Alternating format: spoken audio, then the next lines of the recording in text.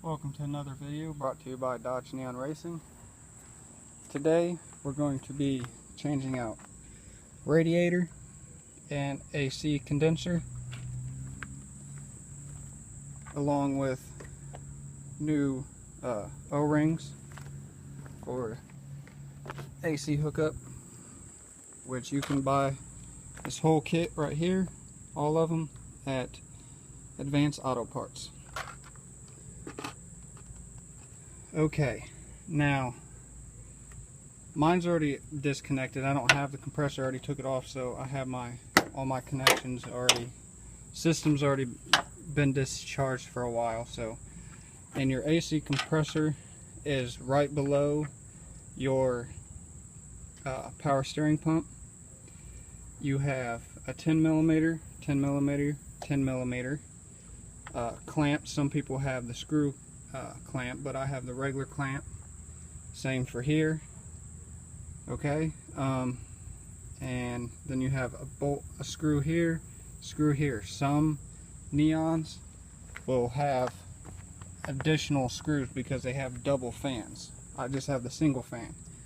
Then you have a connector right here that you have to disengage from the fan, and your drain plug is located down there, but it's a pain in the butt to get to. So what I normally do is I unhook the hose for the bottom, but see, the problem with that is the fan's in the way.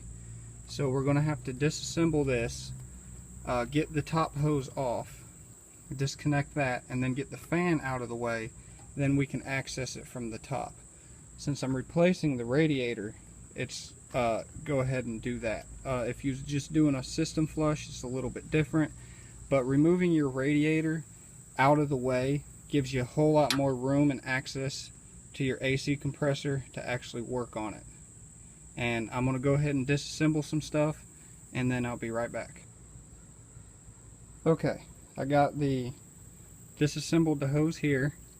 And I got it tucked up here. There's still antifreeze. A little bit came out and a little bit poured from here.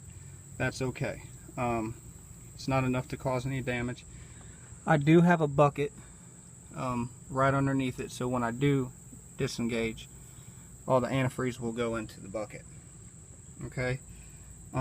Next step is I'm going to be removing this to get this fan out of the way.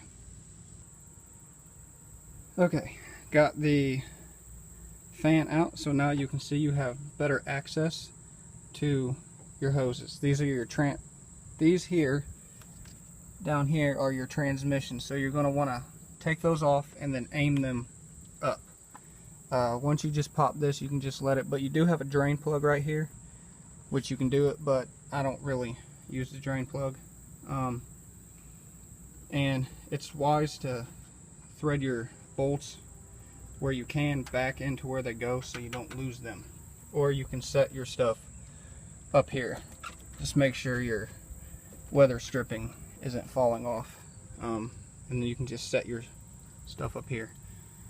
Alright, and I'm going to go ahead and get this drained, and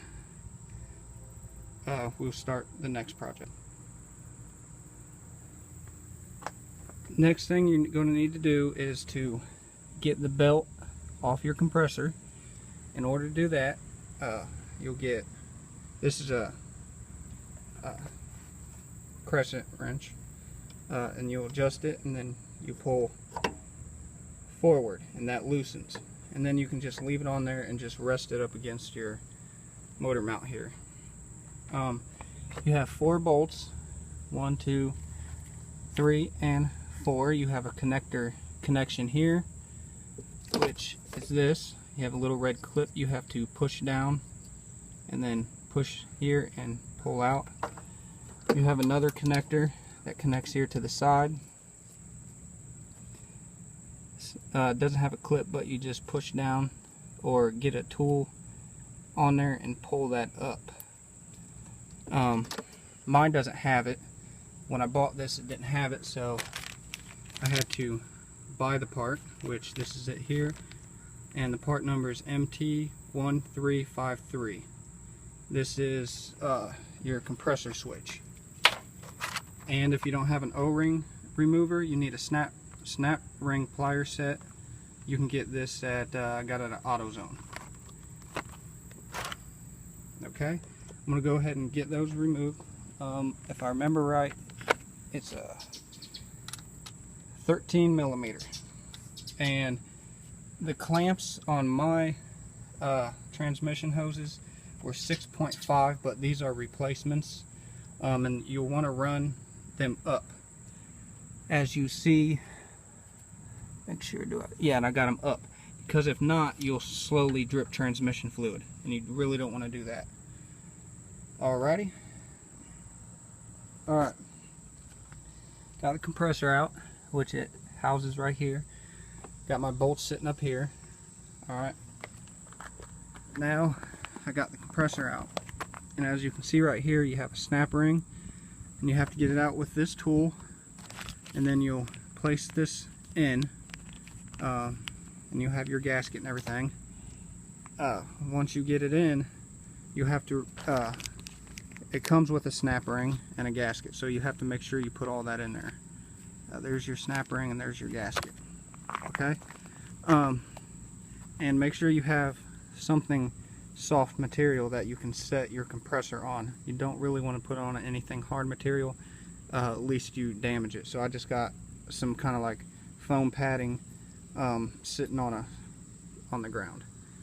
I'm going to go ahead and get this taken care of here and get everything out. You want to have it tipped up, that way when you do change this, you don't end up losing any of your oil that's in the compressor. You don't want to lose any of that, because that is very vital to keeping your compressor lasting a long time, is the oil. Okay, to remove the snap ring, you'll take these two ends here, put it inside the snap ring, and then pull in and pull out. This piece here is slided in there. You'll just need something to grab a hold of it. I use needle nose and work it up.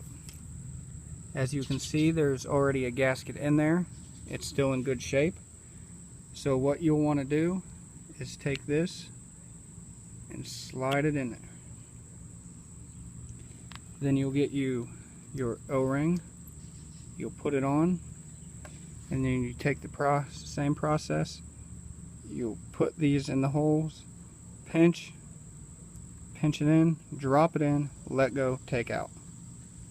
Okay, I'll show you the finished product here in a second. Okay, she's in. So now what we've got to do is reinstall the compressor. You reinstall it exactly the same way as you took it out. Okay, then once you get all your bolts tightened down nice and snug, not over tight, but nice and snug. Once you get that done, then you're going to continue on to put everything back together as you took it apart. Any gaskets that are damaged, you want to replace those. Typically, if you take anything off, this gasket was still good because it was brand new, so I didn't need to replace it. But any gaskets typically on the ends of your high and low pressure connectors, you'll want to change those. I'm changing mine because this AC system hadn't been worked on since the car was made. So everything's getting pretty much replaced that can be replaced. Once you do this, you're going to want to get your AC system vacuumed. So if you have a vacuum yourself and you can charge your own AC system, you can. If not, take it to a local AC repair auto service facility and tell them that everything on the AC has been replaced and all you need a vacuum and a charge. And you can typically get that relatively pretty cheap. I would say probably no more than $200.